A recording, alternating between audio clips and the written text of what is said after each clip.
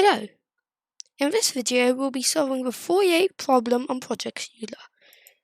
In this problem, we have to find the last 10 digits when you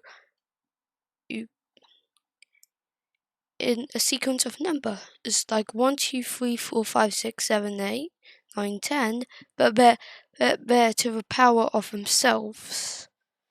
And they want less 10 digits. So, we're going to define our number, which will be the answer.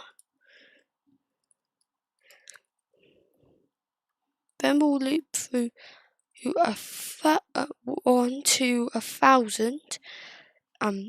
Python seems to subtract 1 from the range, so I had to make 1,001. Then, now here, it will self-power itself and add that number. So we would get our answer, which